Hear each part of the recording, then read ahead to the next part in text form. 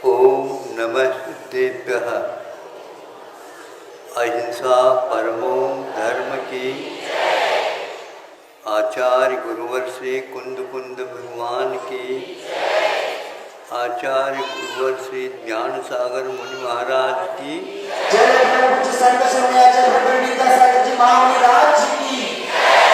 आचार्य संघ की।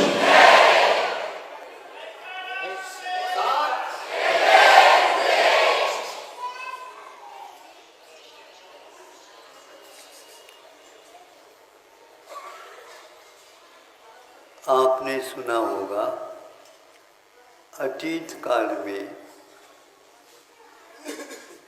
सेना किस प्रकार अपनी रक्षा करते हुए रणांगन में कूदती है और एक हाथ से वह अपनी रक्षा करती है और एक हाथ से जो विपक्ष है, जो विपरीत मार्ग पर है, उसके ऊपर तलवार का प्रयोग करती। ये दोनों हाथ राजा महाराजाओं के काम में लगे रहते। एक हाथ से अपनी रक्षा कैसे करते? यूं यूं करके ऐसा तो नहीं होगा। तो उसके एक हाथ में ढाल रहता। ढाल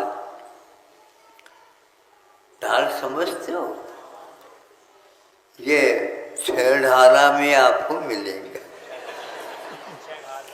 छेड़हाल एक ऐसा ग्रंथ का संपादन किया दौलत राम जी ने, जिसमें आप लोगों के लिए पूरे संक्षेप से किंतु सार के रूप में लिखा।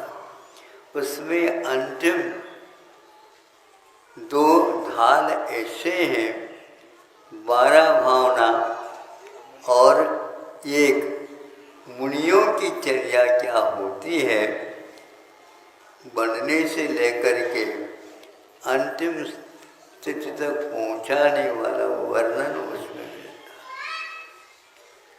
ये ढाल आपके लिए संक्षेप किंतु बहुत उपयोगी है। कई श्रावक इसका पाठ भी किया करते हैं। तो राजा के हाथ में, एक हाथ में ढाल है। ढाल के अलावा कुछ भी नहीं मिलता क्या? हाँ सुनो, उसके ऊपर पर की तरफ से तलवार चला भी जाए तो भी यूं कर दो तो वहीं के वहीं उसके ऊपर प्रहार होगा, किंतु उसका बाल बाका भी नहीं हो सकता। इस प्रकार ये ऐसी कहाँ से चीज लाई गई, ये पूछा जा सकता है। तो बताया जाता है वह लाई नहीं गई, वह रह जाती। किसी एक प्राणी का वो छोड़ा हुआ एक या छूटा हुआ एक शरीर है, जिसको संस्कृत में कूर्म बोलते हैं, दक्षिण में कछुआ बोलते हैं। आप लोगों की भाषा में कौन सी? कासो। हाँ कासो, कासो। हाँ कन्नड़ में क्या बोलते हैं? आमे, आमे, आसो। तो वह क्या विशेषता है उसमें? जब एक स्थान से दूसरे स्थान पर बहुत धीमी गति से चलते हैं, एक खरगोश की गति होती है और एक कछुए की गति होती है। वह गति करते एक रास्ते से दूसरे तक पहुंचने के लिए बीच में कई वाहन आ जाते हैं, कहीं और भी प्रतिरोधी जीव जंतु आ जाते हैं, तो यहाँ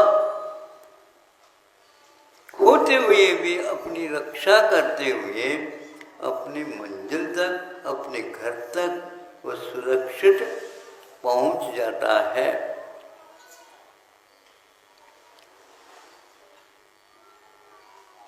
पूछने वाला पूछता है, ऐसी कौन से वह नाम कर्म है उसका जो कवच के रूप में उसे आजीवन अपनी रक्षा करता रहता है।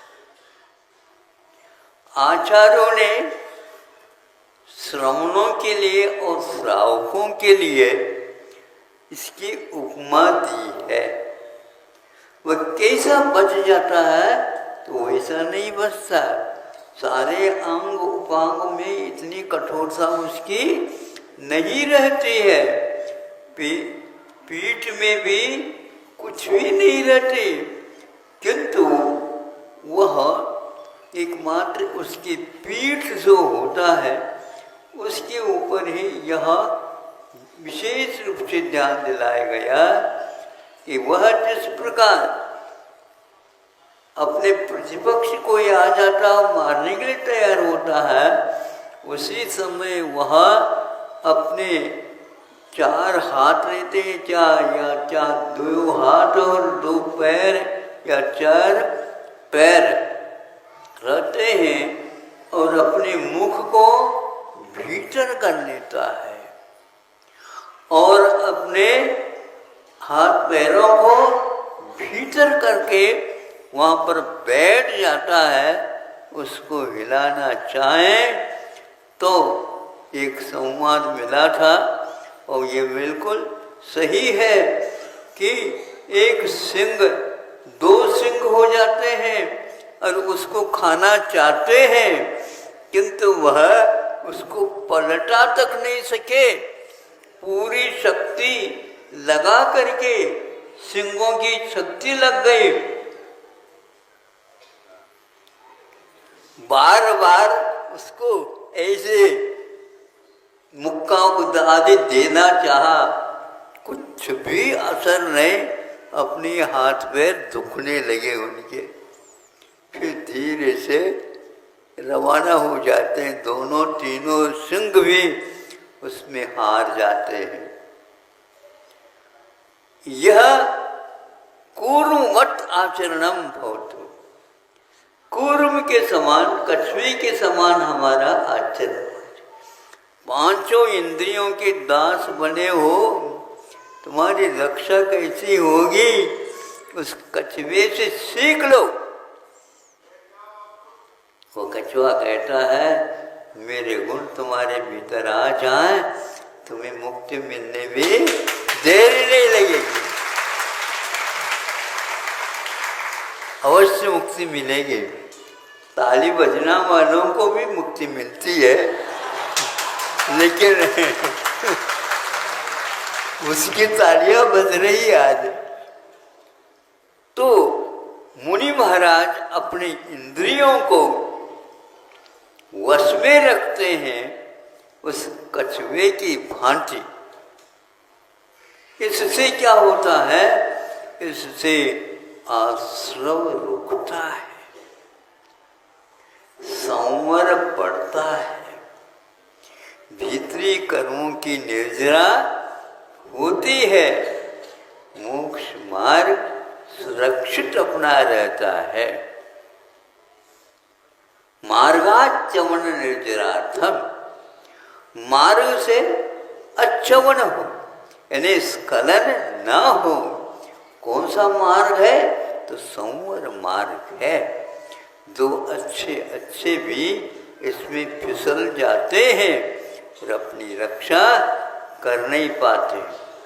समाज के बीच में रह करके भी भोजन पानी आदि अनेक व्यवहार करते हुए भी श्रमण लोग और श्रावक भी अपने पद के अनुसार इंद्रियों के आश्रव से बचते रहते हैं और बचना चाहिए। दानम पूजा आदि आप लोगों के लिए जो 6 कर्म या 4 मुख्य धर्म बताए हैं वो इसी ओर हमें इंगित करता है, हमें संकेत देता है। यहाँ पर रह करके ही हम अपना संरक्षण कर सकते हैं। श्रावक हमारे लिए क्या संरक्षण देगा? यदि इंद्रियों की दास बन जाएंगे वो नहीं दे पाएंगे। अब इंद्रियों को नियंत्रण में रखेंगे तो भी श्रावकों की कोई आवश्यकता है ही नहीं, किंतु आहार पानी के लिए तो जाना होता है। उस समय यह अपने आप की रक्षा, व्रतों की रक्षा, संवर को भी सुरक्षित रखने का पुरुषार्थ करते रहते हैं। ये पूर्ववर्त कहा है।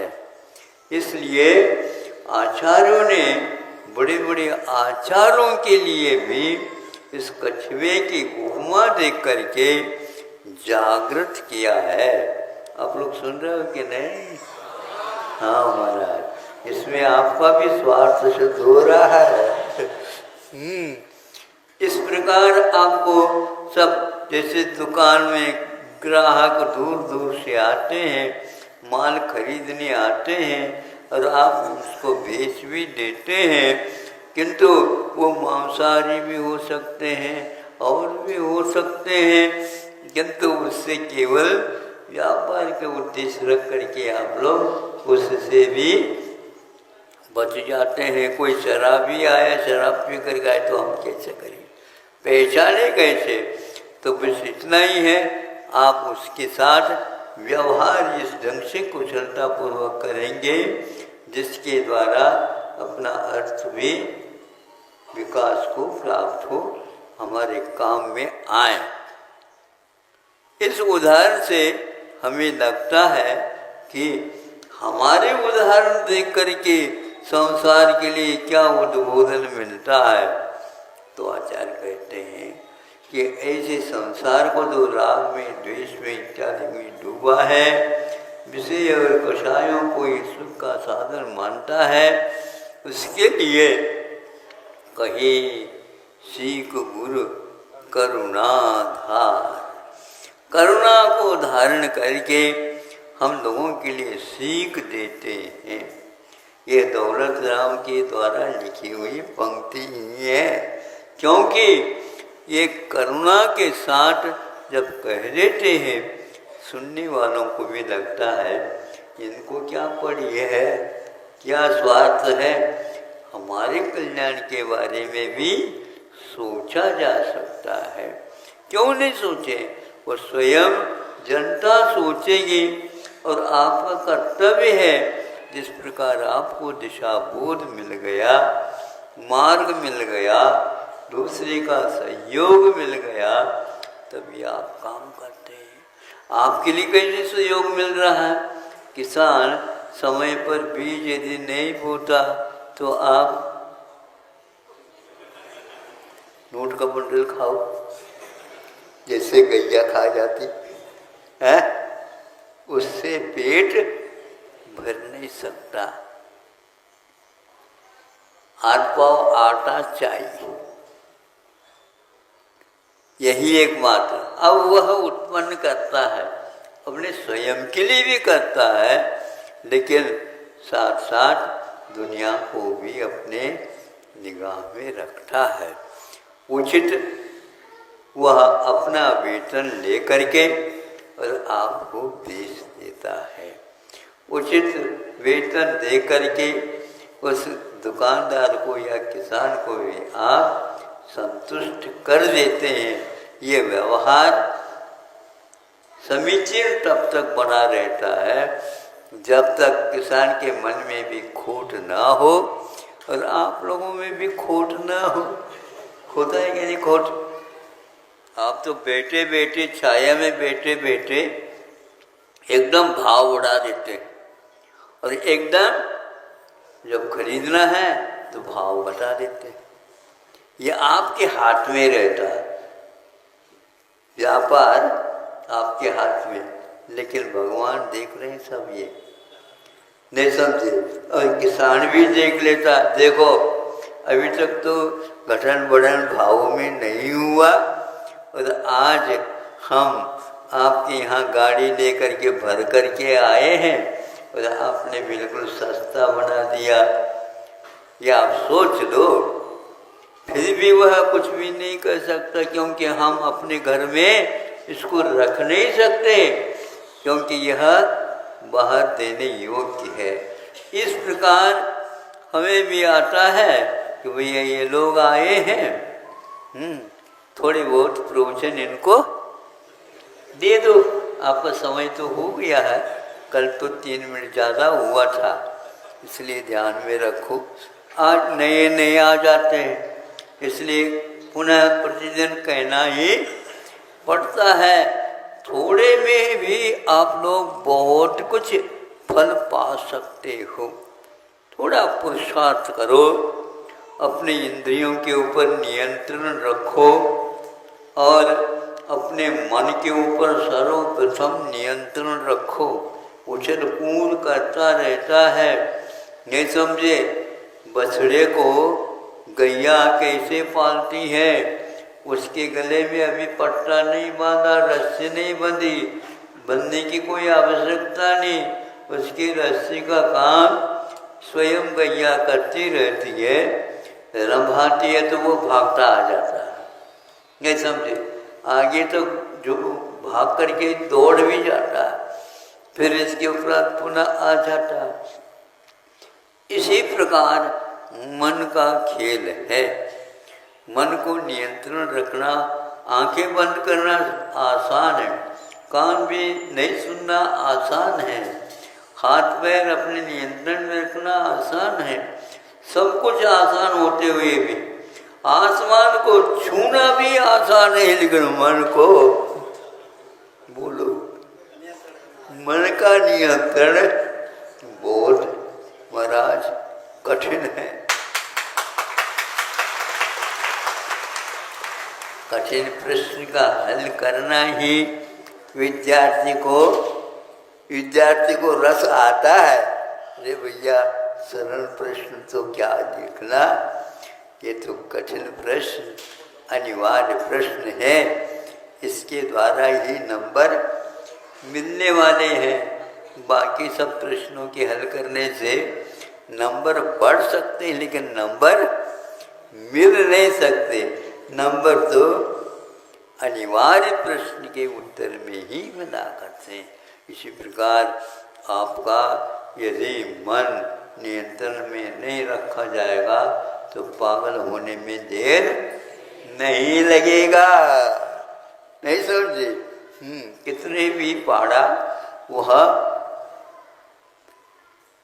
खुंखारे से काम करता, सिंह दिखाता, वो करता, ये करता, फिर भी उसके नाक में क्या कहें, नथुन, हाँ, लेकिन नकील नहीं है, ध्यान रखो। हाँ, वो तो ऊँट के लिए नकील होता है, अंकुश होता है हाथी के लिए, और आपके लिए क्या होता बताओ, ब्रेक लगाओ।